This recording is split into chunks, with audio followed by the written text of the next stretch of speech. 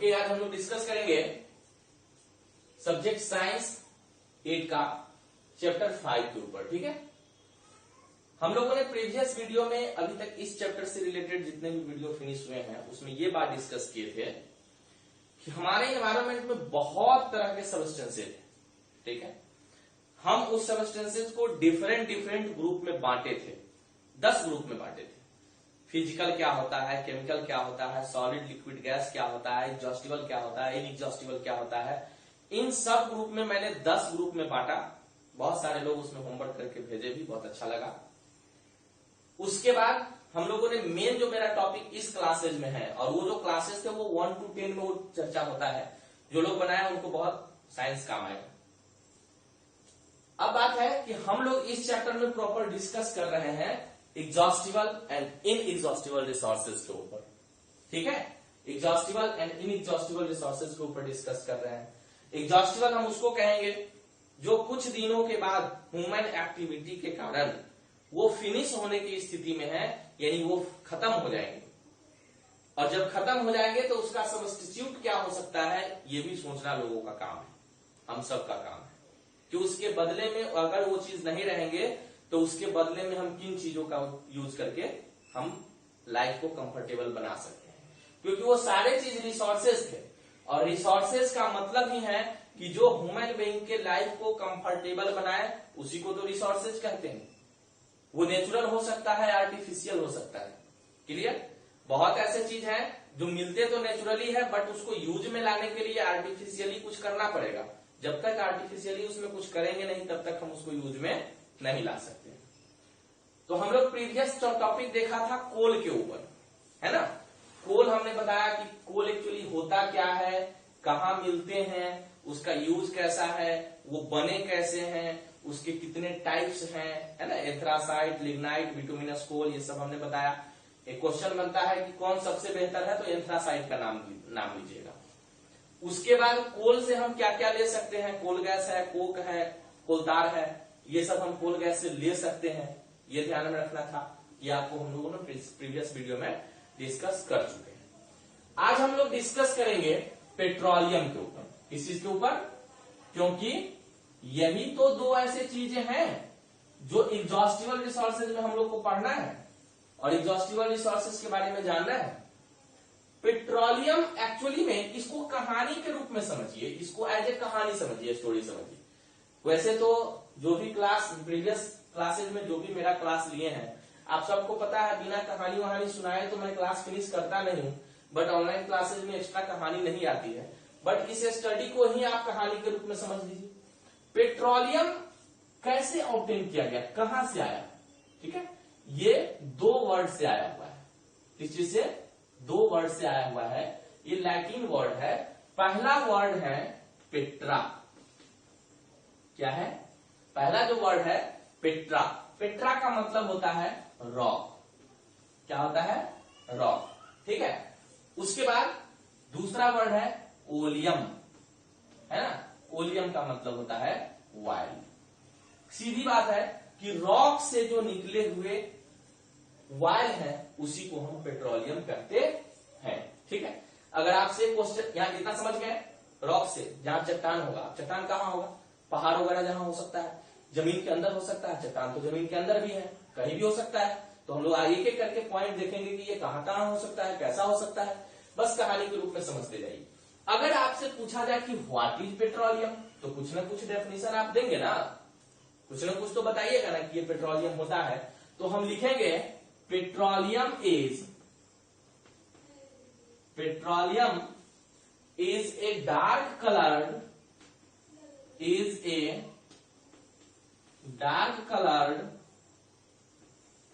ठीक है।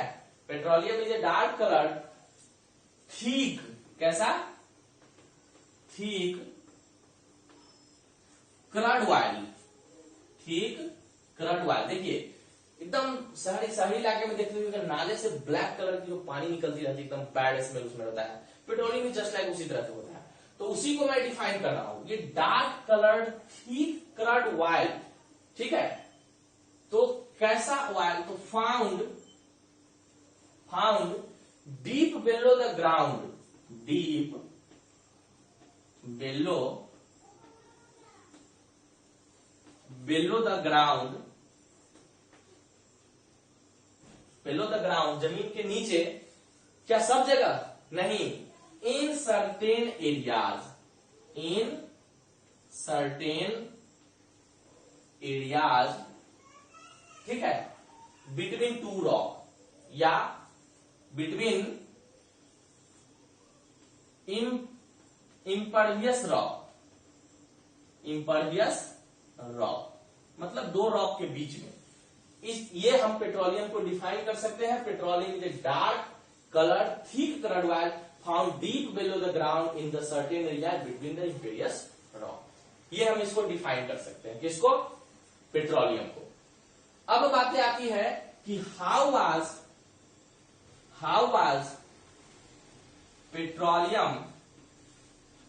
Petroleum form, ये बने कैसे, पेट्रोलियम बने कैसे, ठीक है। तो पेट्रोलियम का बनने का जो प्रोसीजर है, वो जो कोयला का प्रोसीजर है वही प्रोसीजर यहां भी आता है, ठीक है। कोयले में हम लोगों ने देखा था कि बड़े बड़े प्लांट जमीन के भीतर जब दब जाएंगे, इन्वायरमेंट से कनेक्टिविटी खत्म हो जाएगा, प्रेशर उस पर हाई होगा, टेम्परेचर उसका बढ़ेगा, तो वो बाद में बहुत दिनों के बाद वो पेट्रोलियम बनने की काम करेगा, सॉरी कोल बनने की काम करेगा, कोल बन जाएगा, मिलियन ऑफ ईयर की बात हो रही है। इसी तरह से पेट्रोलियम भी बनते हैं, तो लिखेंगे क्या एक्चुअली में? तो लिखेंगे डिपोजिशन ऑफ, है ना, deposition of the remains tiny plant, इसके साथ क्या होगा? Tiny plant and animal. हम लोगों ने 7th क्लास में पढ़ा था साइक्लोन के बारे में। तो जमीन के भीतर अगर छोटे छोटे प्लांट और एनिमल चले गए और साथ में वाटर भी गया, ठीक है, तो प्लांट एंड एनिमल, तो कहां रिमेन्स कहां? प्लांट, कोल में भी यही बातें थी। अंडर द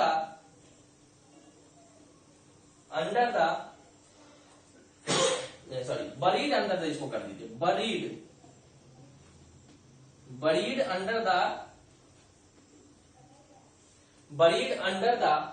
deep level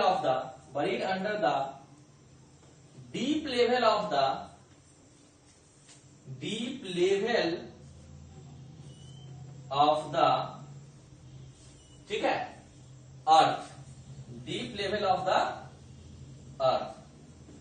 कितने दिनों तक? तो million of year ago, million of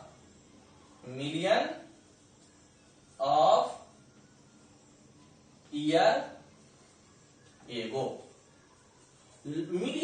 एगो, जब ये जमीन के अंदर जब दब गए हैं, तो इसको हम लोग क्या बोलेंगे? यही हमारे लिए इसी तरह से पेट्रोलियम हमारा फॉर्म होता है, ठीक है।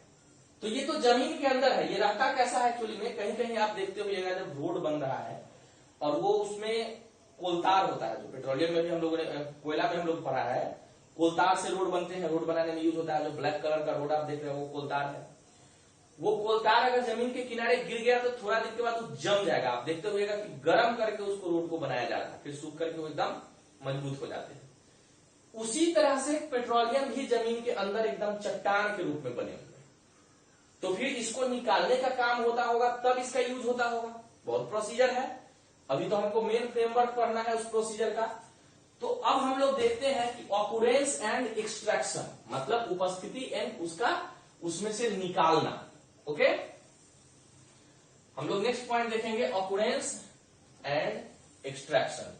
एक्सट्रैक्शन मतलब उसको निकाला जाना, ठीक है। ऑकुरेंस मतलब उपस्थिति, ऑकुरेंस, ठीक है, ऑकुरेंस एंड एक्सट्रैक्शन,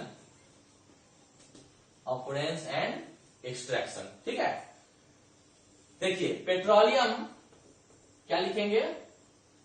पेट्रोलियम, ठीक है, ऑक्योर्स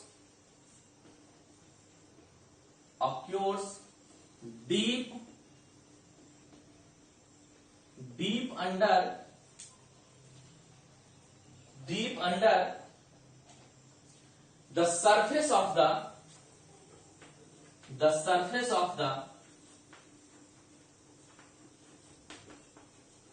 ठीक है, the surface of the earth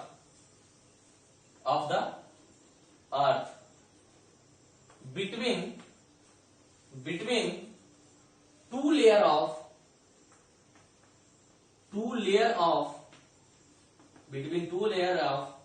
rock, ये दो लेयर के बीच में पेट्रोलियम पाए जाते हैं। ये इसकी ऑकुरेंस की बात हो गई। अब हम लोग देखते हैं इसके एक्सट्रैक्शन, इसको निकाले कैसे जाएंगे, कैसे निकाले जाते हैं इसको जरा समझिए। इसको मिटा रहा हूं, एक्सट्रैक्शन में रख रहा हूं, इसको आप नोट कर लीजिएगा। एक्सट्रैक्शन पॉइंट हम लोग आगे देखते हैं। ओके, तो सबसे पहले देख लीजिए इसका जरा एक डायग्राम के माध्यम से कि ये है कहां, किस तरह का है। मान लीजिए कि ये हमारा अर्थ सरफेस है। क्या है? इसको हम कहेंगे अर्थ क्रस्ट। क्या कहेंगे? अर्थ इसको हम कहेंगे अर्थ क्रस्ट। ठीक है, इसको हम क्या कहेंगे? अर्थ क्रस्ट कहेंगे। अर्थ क्रस्ट के जस्ट नीचे, अर्थ क्रस्ट के नीचे क्या है कि एक चट्टान टाइप का बना हुआ है, चट्टान टाइप का बना हुआ है। इस तरह की इसकी डिजाइनिंग है, चट्टान टाइप का यहां पर कुछ बना हुआ है। ठीक है, ये रॉक है, इसको हम क्या कहेंगे? इसका भी कुछ ना कुछ नाम तो होगा ही। इसका नाम है सेल, है ना। आपने एक थोड़ा सा एक्स्ट्रा वर्ड हम आपको बता दूं, सेल सेल सेल सेल, ठीक है, सेल, फिर सेल और फिर सेल। इतने तरह के सेल आपको देखने को मिलेंगे। आप जानने की कोशिश करिएगा क्या उन सब सेल का मीनिंग आपको पता है। ठीक है, उसके नीचे, अब ये तो हो गया हमारा सेल हो गया। अब जो है यहां पे कुछ एरिया है जहां पे कुछ गैसियस टाइप दिखता है, ये इसको हम कहेंगे नेचुरल गैस यहां पे अवेलेबल। क्लियर? अब देखिए इसके नीचे, यहां से इसके नीचे ये जो है यहां भी कुछ रॉक टाइप का बना हुआ है जिसको हम कहेंगे इम्पर्वियस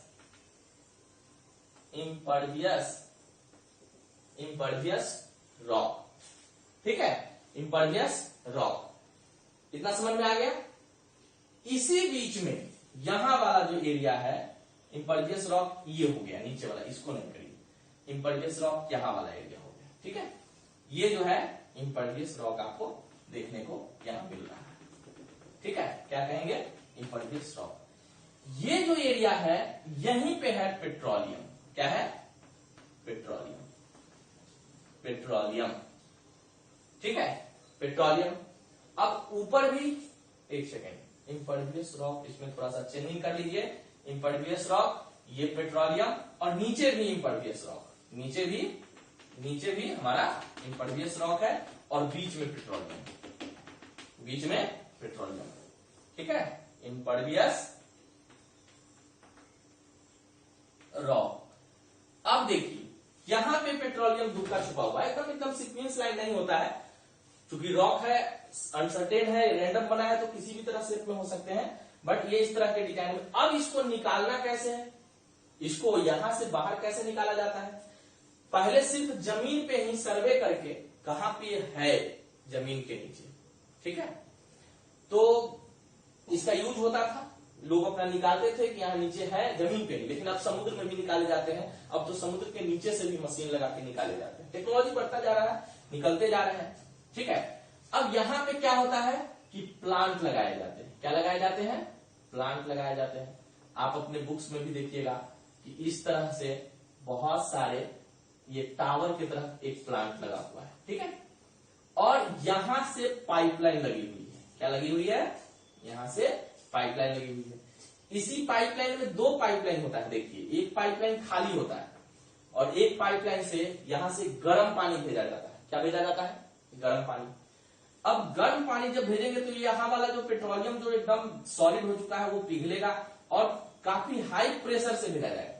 जब हाई प्रेशर से भेजा जाएगा तो ये जब प्रेशर देंगे तो ये कहीं ना कहीं पिघलने के बाद भागेगा ना, तो भागने का इसको इधर तो जगह है नहीं कहीं, तो ये फिर वापस ऊपर की ओर भागेगा, ठीक है, प्रेशर के कारण। तो इस तरीके से पेट्रोलियम यहाँ पे एक्सट्रैक्शन होगा। एक्सट्रैक्शन होने के बाद क्रड ऑयल के रूप में, किस रूप में?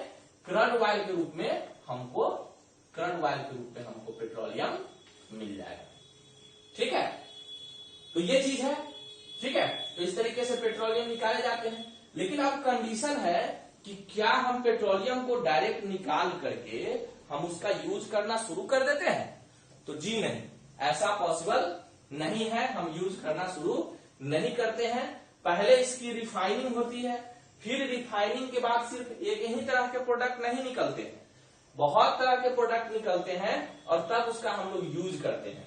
तो फिर नेक्स्ट वीडियो में हम पढ़ेंगे कि उसकी रिफाइनिंग कैसे होगी और उसके रिफाइनिंग से कौन कौन से प्रोडक्ट निकलते हैं और उस प्रोडक्ट का कहां कहां यूज है। तो इसको हम लोग नेक्स्ट वीडियो में करेंगे। आज के लिए इतना ही। Okay, good bye.